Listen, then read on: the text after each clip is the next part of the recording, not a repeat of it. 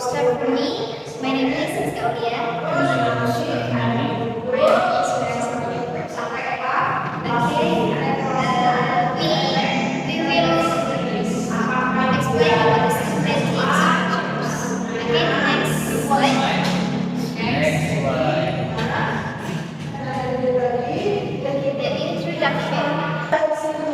Definition of synthetic. Synthetic structure is a structural arrangement of sentence in English grammar, which refers to how words, phrases, and clauses are put together in a sentence. Jadi, sintaks ini sendiri adalah struktur struktural dari kalimat dalam bahasa Inggris atau dalam grammar bahasa Inggris yang mengarahkan kepada bagaimana kata, frasa, dan klausa akan digabung menjadi satu dan membentuk sebuah kalimat.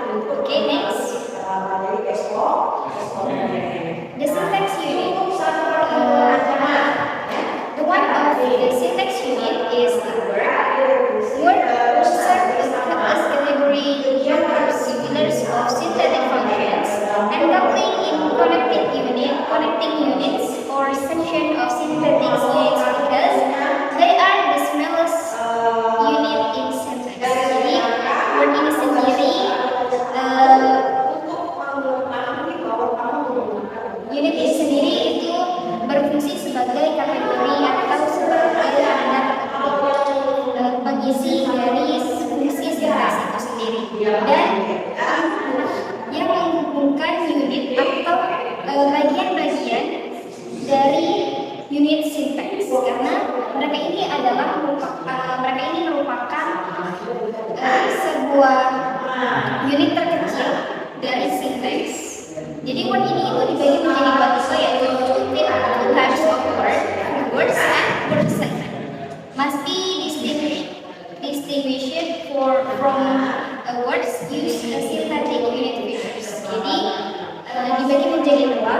Yang pertama adalah full words dan yang kedua adalah word segment. Dan ini harus dibedakan dari word yang biasa digunakan sebagai synthetic unit features. Okay, next. Types of word itu tadi ada dua, yaitu adalah full words dan the number second of word segment. The first is full words. Full words are words that carry the main meaning in a sentence. They provide information about things, action, qualities, or circumstances. Because they have clear lexical meaning, they are also called complete word example. For example, in here, the student completing the assignment. Jadi, full words ini sendiri memiliki makna leksikal atau makna yang jelas. Jadi, full word di sini adalah kata-kata yang mengandung makna utama dalam sebuah kalimat. Kata-kata ini memberikan informasi mengenai things, sesuatu, mengenai people, orang, things, sesuatu, action itu sebagai tindakan, dan qualities atau sifat, or circumstances atau keadaan. Karena memiliki makna yang jelas, full words juga disebut sebagai combined words. Contohnya di sini adalah the student completed the assignment carefully. Okay, number 2 is the word segment. Function words are words that mainly serve one purpose. They help connect words and show the relationship between different parts of the sentence. Unlike full words, they do not usually carry the main meaning of the sentence. For example, in here, some of the word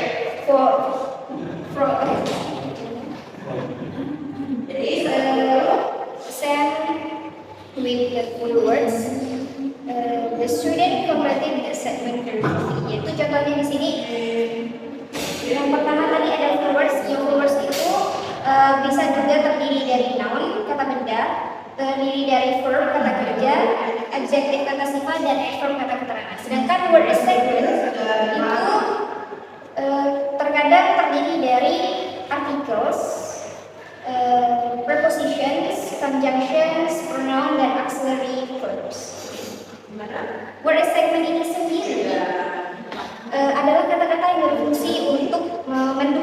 struktur bahasa.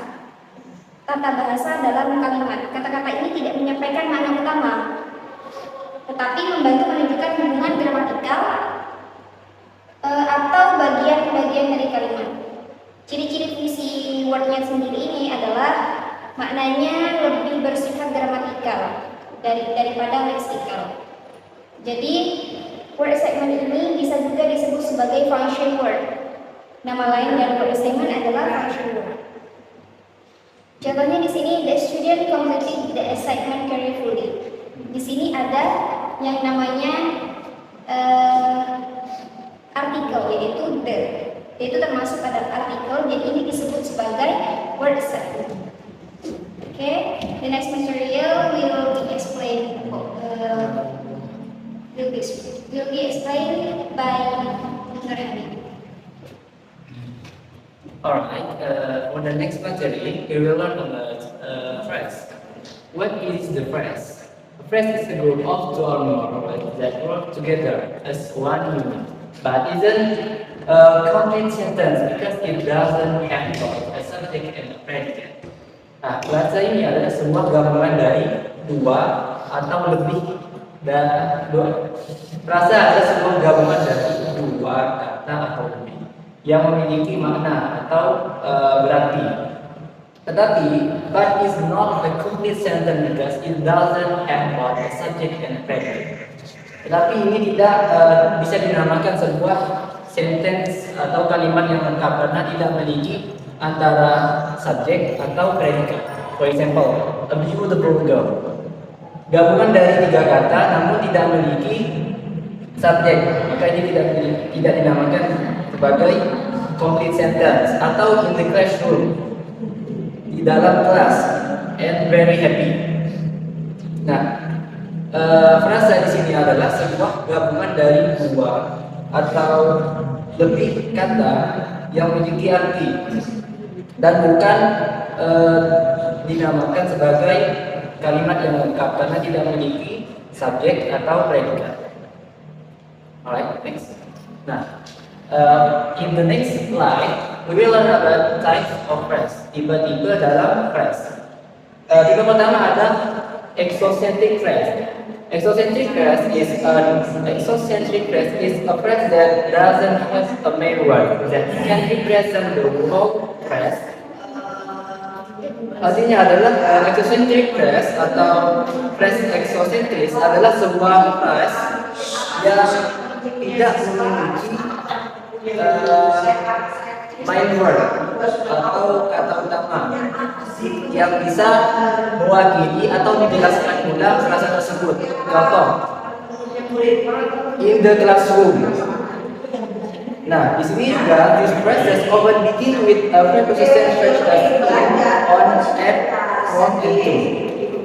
Nah, frasa exocentris adalah sebuah frasa yang tidak memiliki main word atau kata utamanya. Jadi kalau contoh in the classroom ini dipisah, itu tidak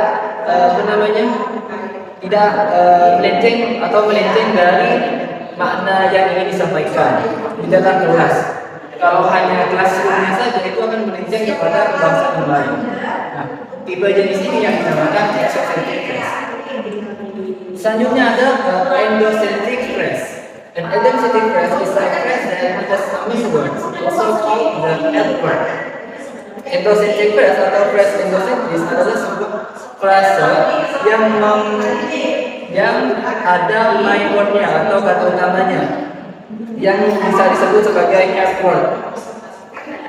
Headword di sini adalah kata utama yang bisa represent the meaning of the whole phrase, yang bisa merepresentasikan ulang atau menjelaskan ulang seluruh makna dari frasa tersebut. Contoh, beautiful girl.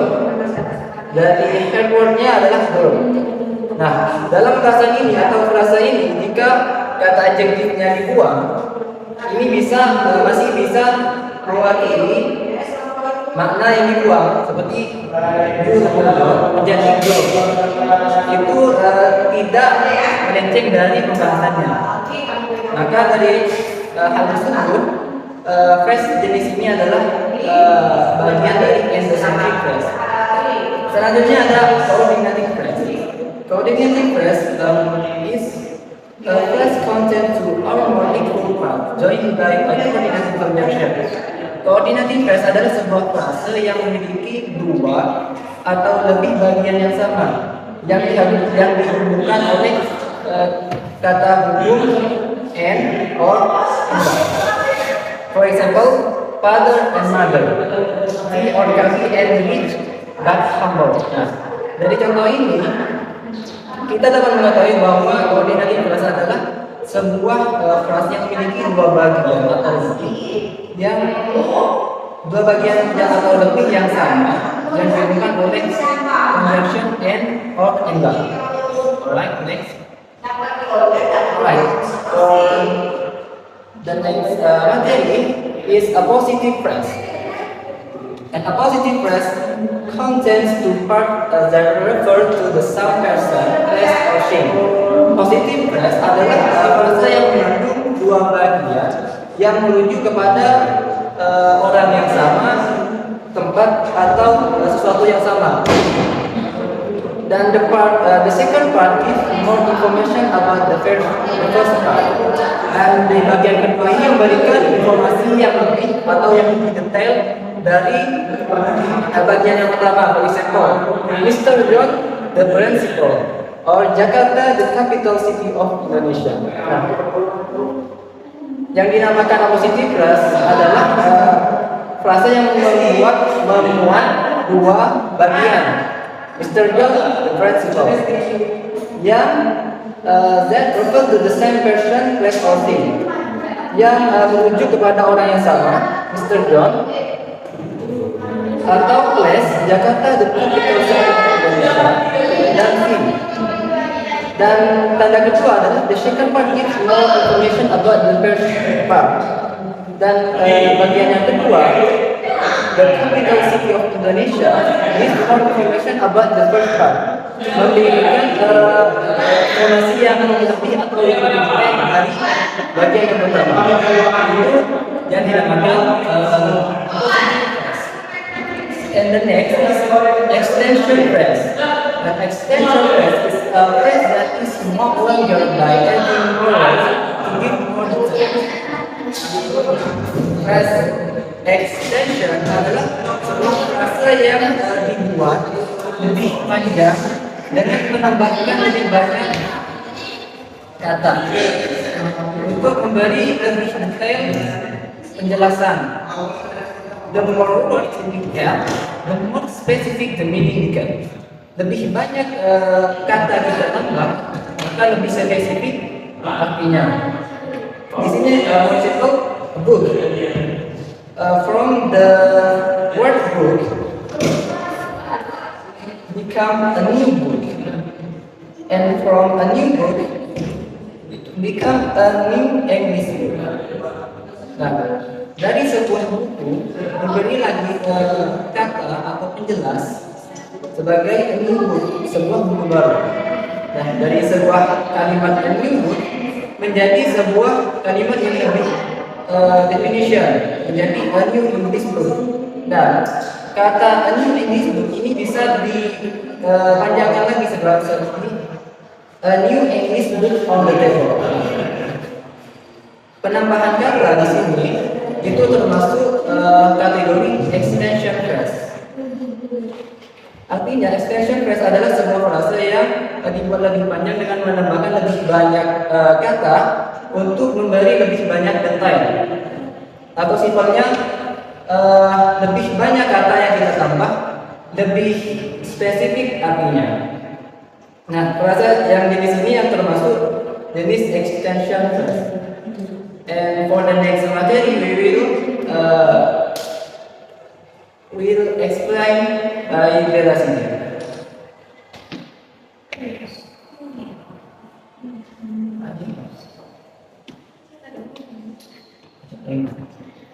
The next area is clause. A clause is a syntactic unit in the form of a series of words, a predicative construction. Some parts function, subject, predicate, object, and adverb. Because clause already includes subject and predicate, it has the potential to become a complete sentence with cleaner intonation. Clause may take the form of sentence.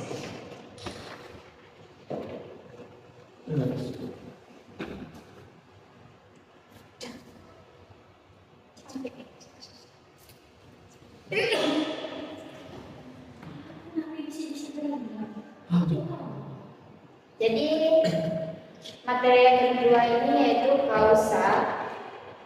Klausa itu adalah satuan sintaktik, unit sintaktik yang berupa rangkaian kata dengan konstruksi predikat.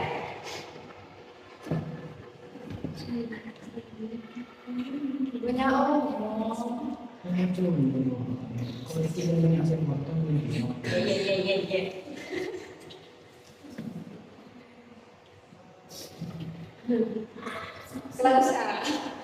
Klausa itu adalah unit sintaktik.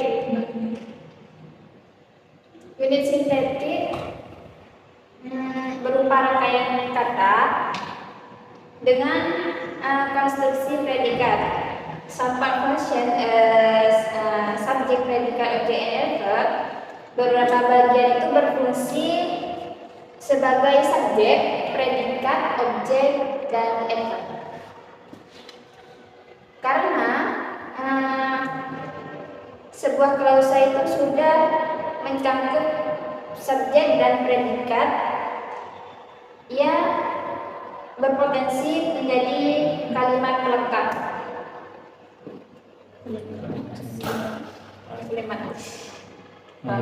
Dengan intonasi akhir, klausa ini dapat terbentuk menjadi kalimat. Next. Types of clause. Jenis-jenis klausa itu di sini dibagi menjadi dua. Yang pertama yaitu dependent clause, yang kedua yaitu dependent clause. Dependent clause, clauses with incomplete elements may contain only a subject, object, or adverb.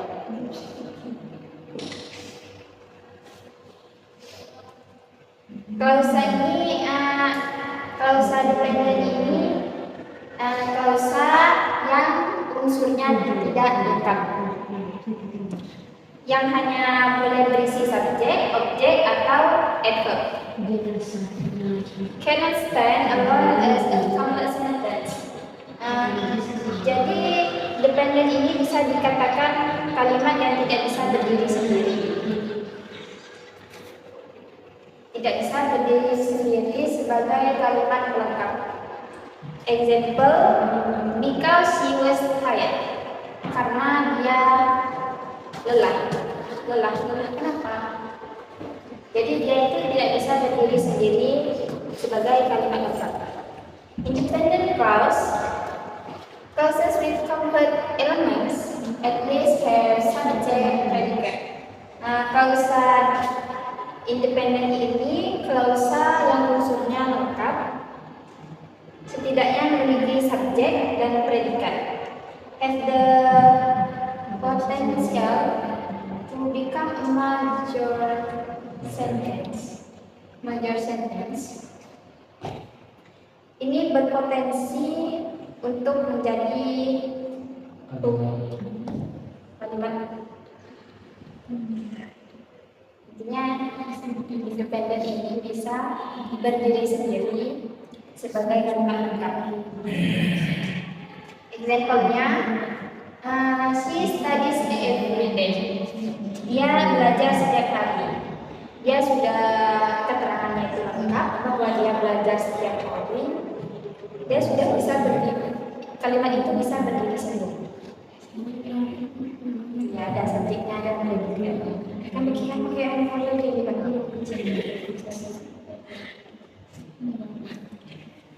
Next. Number one, verbal clause dibagi menjadi 4, yaitu transitive clause.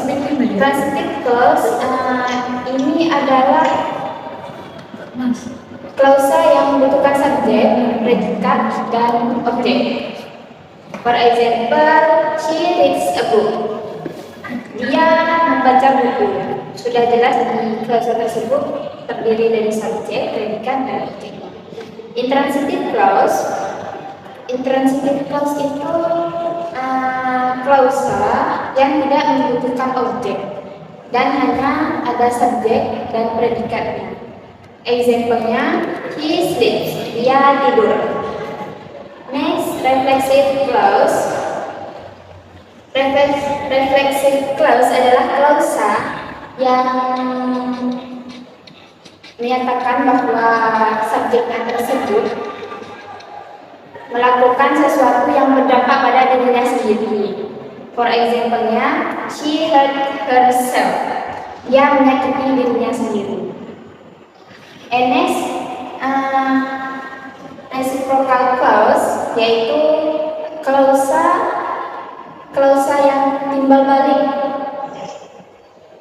Dua orang,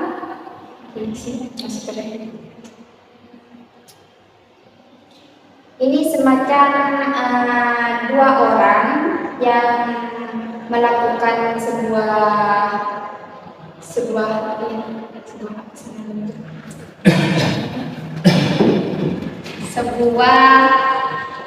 kesepakatan bersama. Kedua orang tersebut, example-nya, they help each other. Mereka saling membantu.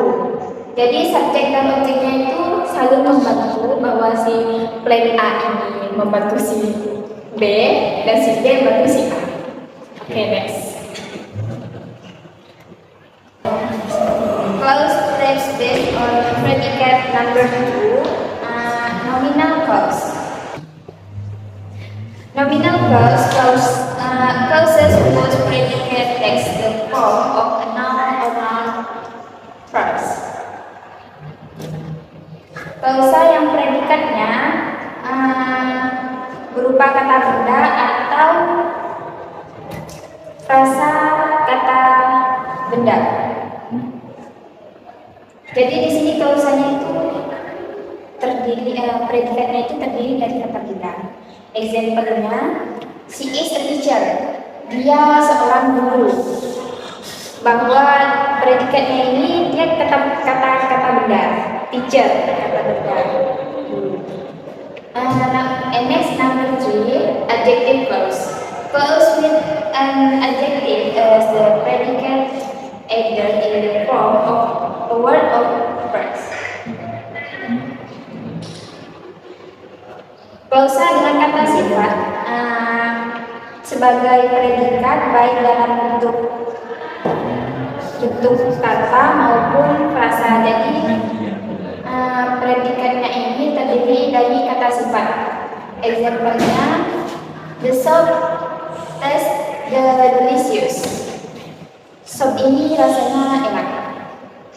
Atau sop ini terasa lezat.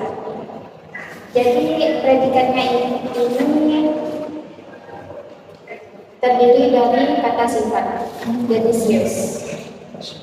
Number 4, adverbial clause. Adverbial clauses functioning as adverbial elements. Klausa yang berfungsi sebagai unsur adverbial, atau dia menerangkan kata keterangan.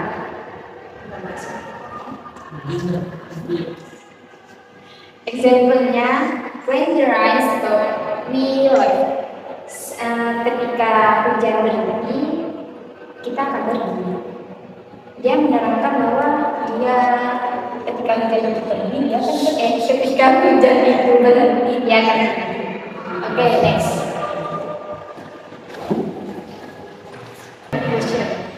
Conclusion, syntax is a branch of linguistics that studies how language elements are arranged to form meaningful sentences.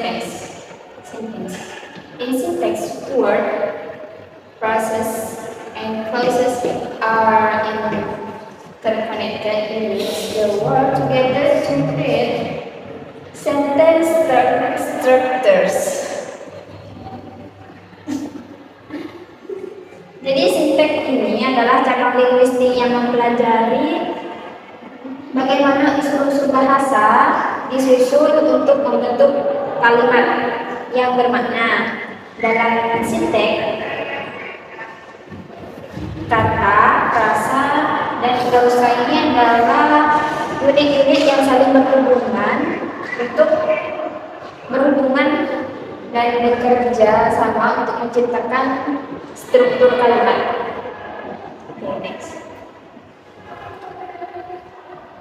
Any question, everyone? Tolong berikan salah satu contoh-contohnya yang dari tadi dijelaskan dengan contoh yang simpel, biar kita ngerti, paham secara nyaman gitu. Ya, dari frase eksosentris adalah sebuah frase yang tidak memiliki head word atau kata inti. Jadi, jika kata tersebut itu dipisah akan memberi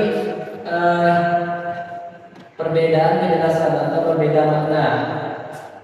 For example, yang benar on the table di atas meja. Jika preposition on the dibuang akan menjadi sebuah arti meja. Sedangkan bahasan yang tadi itu adalah di atas meja. Nah, ketika karena ini adalah sebuah frasa yang tidak memiliki head word atau yang tidak memiliki kata inti, maka jika dipisah itu akan memberikan pengertian yang berbeda. Yang kedua ada endocentric phrase. Itu adalah sebuah kebalikan dari frase eksosentris. Endocentric phrase adalah sebuah frasa yang memiliki head word, kata inti, seperti the handsome person. Nah, dari sebuah the handsome person, jika adjektifnya dibuang, itu masih kata personnya itu kan adalah head word dari handsome person. Jika handsome-nya dibuang, itu masih kata personnya itu bisa mewakili atau menjelaskan ulang dari makna yang ingin disampaikan. Contoh dari the handsome person, adjektifnya dibuang, kan artinya laki-laki seorang yang tampan. Jika adjektifnya dibuang itu masih berhubungan dengan makna yang telah dijelaskan, tidak melenceng dari makna yang ingin dijelaskan.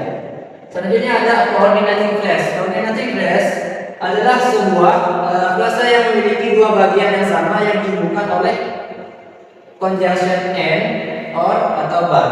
For example, Toyib and Miswan. Nah, ini kan memiliki dua unsur yang sama, subjeknya sama, bagian yang sama ini dihubungkan oleh n. Nah, dua bagian yang sama ini dan dihubungkan oleh n ini termasuk dari contoh coordinating phrase. Bisa dipahami? Cukup dipahami. Oke. Karena sudah saya jawab semuanya, dan saya rasa untuk presentasi hari ini cukup. Saya serahkan kembali kepada Mbak Satu. That brings us to the end of the presentation. Thank you for your listening and attention today. Kami pamit undur diri. Wassalamualaikum warahmatullahi wabarakatuh. Waalaikumsalam warahmatullahi wabarakatuh.